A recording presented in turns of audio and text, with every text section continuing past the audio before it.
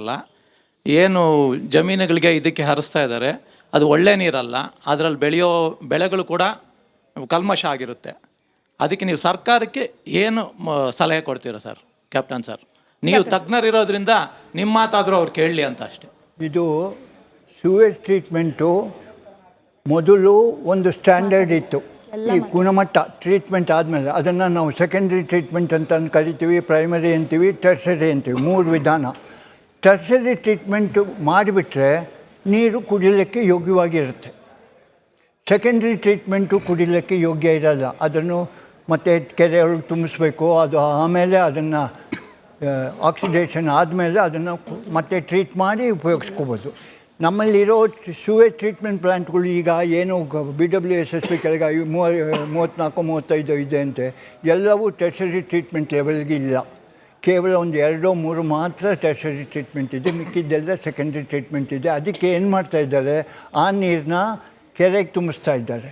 ಕೆರೆ ಒಳಗೆ ಎಷ್ಟು ದಿವಸ ಅದು ನಿಂತಿರುತ್ತೋ ಕೆರೆ ಕೆಪಾಸಿಟಿ ಮೇಲೆ ಅದು ಅಷ್ಟು ಬೇಗ ಗುಣಮಟ್ಟ ಜಾಸ್ತಿ ಆಗುತ್ತೆ. ದಾರಿಲಿ ಹರಿಯುತ್ತೆ, ಹರಿದಾಗ ಆಕ್ಸಿಜನ್ ಅದರೊಳಗೆ ನೀರಲ್ಲಿ ಕರಗೊಡುತ್ತೆ.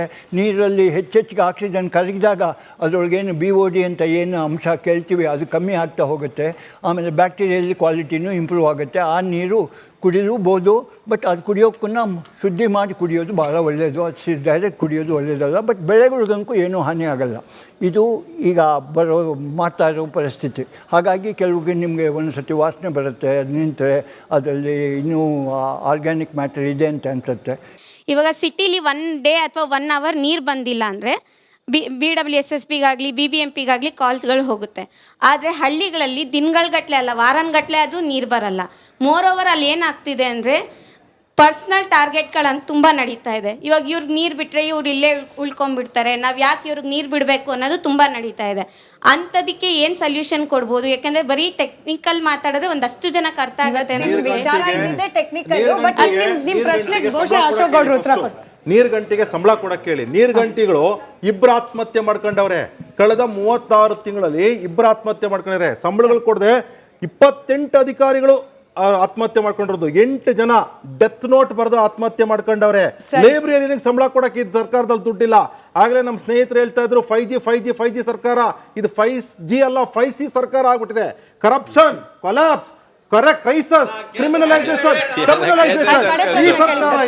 ತಮಿಳುನಾಡು ಎಲೆಕ್ಷನ್ನಲ್ಲಿ BJPಗೆ ಮತ ಹಾಕಿದ್ರೆ ಮೇಕೆದಾಟು ಯೋಜನೆಯನ್ನ ಪುನರ್ ಪರಿಶೀಲನೆ ಮಾಡ್ತೀವಿ ಅಂತ ಕೇಂದ್ರ ಸರ್ಕಾರ ಹೇಳ್ತು. ಎಲ್ಲಿ ದಾಖಲೆ ಇದೆ? ಹೌದು, ದಾಖಲೆನೇ ಇದೆ, ಎಲ್ಲ ಕಡೆ ಇದೆ ದಾಖಲೆಗಳು. ಪುನರ್ ಪರಿಶೀಲನೆ ಮಾಡ್ತೀವಿ. ನೀವು ಕೇಂದ್ರದಲ್ಲಿ BJP ಸರ್ಕಾರ ಬಂದ್ರೆ ನಾವು ಇಡೀ ಭಾರತದಲ್ಲಿರೋ ನದಿ ಜೋಡಣೆ ಮಾಡ್ತೀವಿ ಅಂತ ಅದೊಂದು ಹೇಳಿದ್ರು. ಆಮೇಲೆ ಭದ್ರಾ ಅಪ್ಪರ್ ದಂಡ, ಅದೇ ಭದ್ರಾ ಮೇಲ್ದಂಡೆ ಯೋಜನೆಗೆ 5300 ಕೋಟಿ ಕೊಡ್ತೀವಿ ಅಂತ ನಿರ್ಮಲಾ ಸೀತಾರಾಮನ್ ಅವರು ಸಂಸತ್ನಲ್ಲೇ ಘೋಷಣೆ ಮಾಡಿದ್ರು. ಇಲ್ಲಿವರೆಗೂ ಅದು 15ನೇ ಹಣಕಾಸು ಆಯೋಗದಲ್ಲೂ ಬಂತು ನೀವು ಕೊಡಬೇಕು ಅಂತ, ಆದರೂ ಇಲ್ಲಿವರೆಗೂ 1 ಪೈಸಾ ಕೊಟ್ಟಿಲ್ಲ. ನದಿ ಜೋಡಣೆಗೆ ಹೌದು, ನಮ್ಮ ಮ್ಯಾನಿಫೆಸ್ಟೋದಲ್ಲೂ ಇದೆ, ನಮ್ಮ ಬದ್ಧತೆ ಇದೆ. ಅದಕ್ಕೋಸ್ಕರನೇ ಸಪ್ರೇಟ್ ಪೋರ್ಟ್ಫೋಲಿಯೋ ಮಾಡಿ ಈಗಾಗಲೇ ಅದಕ್ಕೆ ಅಧ್ಯಯನ ಆಗ್ತಿದೆ.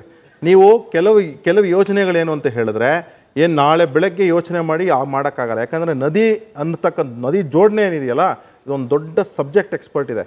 ಇದರಿಂದಾಗಿ ಇದಕ್ಕೆ ಟೈಮ್ ಹಿಡಿಯುತ್ತೆ. ಖಂಡಿತವಾಗ್ಲೂ ಮಾಡ್ತೀವಿ. ಇದು ನಮ್ಮ ಬದ್ಧತೆ. ನಮ್ಮ ರಾಜ್ಯದಲ್ಲಿರ್ತಕ್ಕಂಥ ಜಲ ಸಂಪನ್ಮೂಲ ಏನಿದೆ, ವ್ಯಾಜ್ಯಗಳನ್ನು ಆದಷ್ಟು ಬೇಗ ಬಗೆಹರಿಸ್ಕೊಂಡು ತಜ್ಞರ ಸಲಹೆಯನ್ನು ಸ್ವೀಕಾರ ಮಾಡಿಕೊಂಡು ಜನರಿಗೆ, ಅದರಲ್ಲೂ ವಿಶೇಷವಾಗಿ ಕೃಷಿಕರಿಗೆ ಅನುಕೂಲ ಆಗೋ ರೀತಿಯಲ್ಲಿ ಸರ್ಕಾರಗಳು, ಈಗಿರೋ ಸರ್ಕಾರ, ಮುಂದೆ ಬರೋ ಸರ್ಕಾರ ಆ ಯೋಜನೆಗಳನ್ನು ದಡ ಮುಟ್ಟಿಸುವ ಇರುವ ಆಬ್ಸ್ಟೆಕಲ್ಸ್ ಏನಿದೆ, ಅಡೆತಡೆಗಳೇನಿದೆ, ಕೃಷ್ಣೆಯಿಂದ ಹಿಡಿದು ಕಾವೇರಿವರೆಗೂ ಎಲ್ಲದ್ರ ಬಗ್ಗೆ ಸಂಕ್ಷಿಪ್ತವಾಗಿ ಮಾತನಾಡೋ ಪ್ರಯತ್ನವನ್ನು ನಾವು ಇವತ್ತಿನ ಚರ್ಚೆಯಲ್ಲಿ ಮಾಡಿದ್ದೀವಿ. ತಜ್ಞರು ಕೂಡ ಸಲಹೆ ಕೊಟ್ಟಿದ್ದಾರೆ.